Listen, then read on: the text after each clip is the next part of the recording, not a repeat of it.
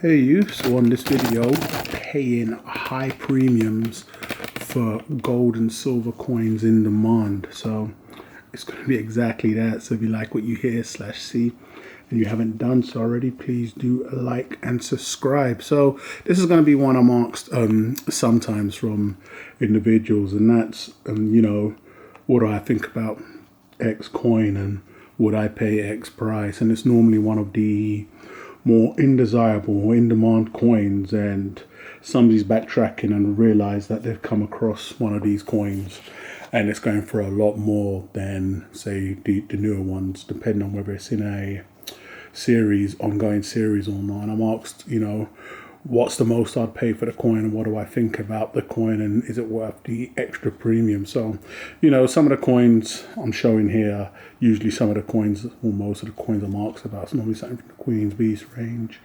Some coins I don't own, it'll be one of these Rwandan coins, or even some of these Perth Mint coins. As I mentioned, I don't own some of these coins. Some, well, I'd say all have somewhat peaked and leveled out a little, but still you can find them on the high side, depending on where you're looking. So I'll break down what my thoughts and opinions are on that and whether I would purchase some of these coins. It's going to be broken into parts as usual, and it's going to mainly be, first off, is the coin part of the series? So, when you're looking at a coin like the Queen's Beast coins, we've done many videos on these before. We all know it's a series, it's been over 5 years, coming to an end, I believe, this year.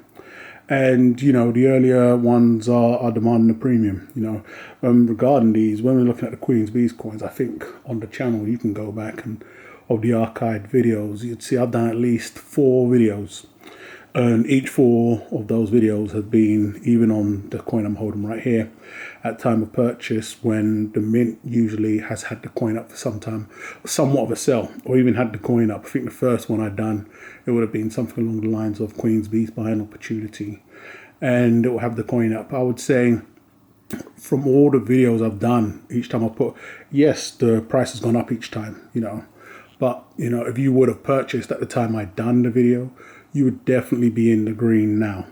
So, and that's why I do those videos. So to answer the question if I would purchase the coin now, I'll get to that at the end. But at each stage, I've always believed the coin was going to increase in price to the point where I would do a heads up video. But as mentioned, the coin it is settled where it is right now. Current release of this video, time of release of this video, I don't know where we are. I think we've easily passed 2K for the Lion and the Griffin. We're up there somewhere. I don't know what the prices are in the US. I know you can find a dealer. Well, some of the most handsomely priced dealers are now putting these coins up around the £1,900 area.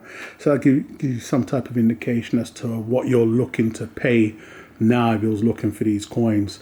And as mentioned, is it part of the series? I think that helps, especially for me making a choice. 9 out of 10 times they are these days. It's rare you get a one-off coin, standalone coin that goes on to do fantastic things that hasn't got a series to help carry it along. But, for me, if it's a strong series, and then the next question would obviously be, is it a mint release? What's the track record of the mint? So if you're looking at something like this, you've got the Royal Mint, for instance. We know the Royal Mint quality issues, but, when they have a home run, it's a home run, and it's a very strong mint. So that's also going to work in favor for me, just speaking of myself here. If I was going to be paying higher premiums, what's higher premiums? 100% plus above spot price at some times, or whatever the going rate is. I'll say straight away, if you're preserving wealth, if you're asking for the best, smartest thing to do, that is not the smartest thing to do if you're stacking on a budget. If it's going to be your first time purchase and you're just getting into metals and you're like, hey, I found the Lion for pound sterling, 2,000 plus pounds, you think I should buy it? I'm going to say no, but we're talking for someone that's got a little bit more experience and maybe a bit more buck in their pocket. So just going off of that, strong mint.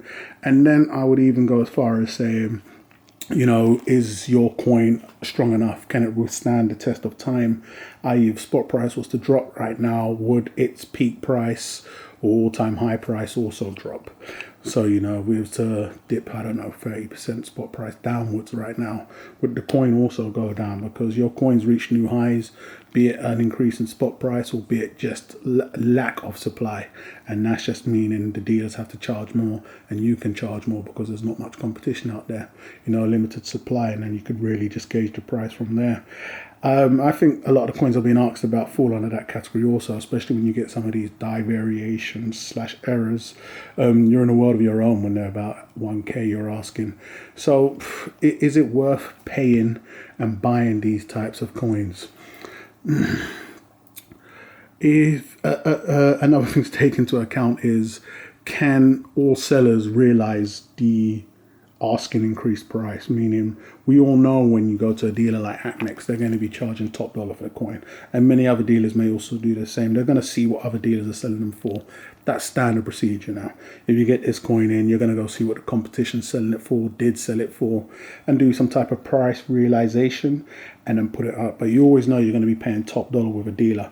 But can somebody on the secondary market, a private seller, also realize this price? Or is it one of those coins where only dealers are able to really capitalize and maximize off the coin? And that's just like a one-way sell or a one-way high. The second you get your hands on it, for some bizarre reason, many people prefer to buy from dealers. It has its perks, and a lot of people just want that security. They're not willing to buy off of eBay because of the horror stories. So it could be a situation where it's a good one-way sell. So, i.e. from a dealer to yourself, and then from there, you're kind of stuck in the mud. You can see it being sold for high prices online with dealers, but if you hit eBay, you're struggling yourself, or you're just getting lowball offers. So it really, all of these things have to come into account. But for myself, I personally wouldn't have a problem paying for a high premium coin in gold over silver. I've seen gold coins as of recent modern, it's not always the old ones. For a lot of people that believe a lot of the modern stuff is junk, sell for prices I truly couldn't believe. It was kind of amazing. But then it just goes to show, and I don't know nobody that purchased at these crazy inflated prices, but from what I understand, middlemen were buying these coins to pass on to people that were willing to pay these prices, and that was also part of my reasoning behind I would buy gold or have no problems paying for gold, because I think it's deeper pockets when you get into that realm. And I think even right now, currently, when you look at some of these coins, for instance, you'll take this one, original price, good luck on you if you got it for under $1,000. But seeing the coin is technically selling for double what it initially cost, that came out in 2016, I personally still think that's a steal. I don't believe the silver is there. You're asking around £80 sterling for it. So a lot of these coins in gold, which I think, take mintage or scarcity into account, is a good buy. And, then you have the fact that, this is my reasoning, people will pay that extra buck or be willing to pay a lot more for gold in the long run, just from what I've seen in my experience of liquidating, than they would for silver. And also you have the issues with silver that can arise. But a hot coin is a hot coin. Once it reaches a price, you could be doing it in terms of percentage and how much it's increased in price. It's not going to really make a difference. If you would have purchased this at time of release, you was paying around £30, £33. I believe these sell for around £70 now, but you can still roughly get them. But it's a different story with the Griffin once again. So you have a coin that strongly sells on the secondary market for double, and even with dealer buybacks, as scarce as this one may be, you'll have a dealer offering you damn near what it originally cost, but paying a larger premium for the Griffin. And that's some of the dealers I've used and shown in the past, where they have no problems advertising their buyback price. So would I pay for them? Once again, if you are in a comfortable enough position and you choose the right coin, I think all coins shown here still have a lot of growth within them as time goes on. I don't have a problem. I've never needed to, because my approach when we're talking collector coins is, if I believe it's going to be hot, I'm going to get straight into it. But I know a lot of people coming in, and I've been asked a lot of times, what's the most I'll pay for this coin? This coin's come up at a certain price. Would I pay this much? I made a lot of money off of these Rooster coins and even some of these Queen Beast coins that I've been liquidating in the background. And it's something that you do because you believe it's either going to increase in value or you just want it to complete your collection. But I don't see a problem paying higher premiums if you're in a comfortable enough position where you can do that, and you know you've got your other priorities in place. So it all boils down to the coin's gone up in price. I don't think any of these coins at peak, you know, I know dealers was offering a lot of money, German dealers, for both of these two coins, and I've done videos of that also showing what dealers were paying at the time. Simmered down some, but they still are very in demand. So it just goes to show, you know, I think for modern offerings, these are your creme de la cremes. This is what you're dealing with. It's going to be something from the Queen's B series that are going for silly money right now when you're talking modern collectors. The Rwandan guys when you're talking the Nautical and Luna. You've got the black flags that have got a lot of future potential, and a lot of these 50Ks from the Perth Mint. The Perth Mint has been on, you know, it's been on fire. Nothing crazily insane. We haven't seen nothing too insane for quite some time now. We've seen not too many boo-boos. We had this one and another one, which I can't remember. But, you know, people were paying for those prices. But are they still realizing these prices? Yes. Nothing or no new contenders have really come on that. Please let me know down below in the comments. But I think these ones have to stay in power, especially with what's going to be happening with the Queen's Beast. It lets it down with quality. It's always going to be the case, and I'm always putting that forward to help people understand these are bullion coins done by the Royal Mint. So, you know, I've had mine in the, you know, silica gel tarnish pads, but look, this is what you're still getting. Yes, it has got a lot more shine to it if I was to compare it against another Queen's Beast coin, if I could find one. But, you know, the quality issues are always going to let the coin down. But you'll come across coins that, just like this coin right here, the demand, you know, kind of throws all of that out the window because it's such an in-demand coin. So if I can get this up, hopefully you can see the line on the right has a lot more shine to it. Because it's been down and protected. You'll see the one on the left is a lot more dull. I can see that. Hopefully you guys can also. So, you know, the pads and the tabs do work and they do serve a purpose, but it's not going to change nothing when you're talking about the little nicks and the stuff like that. But this is nothing new. I've always been talking about that. Ultimately, I would pay the premium, especially for somebody in my position.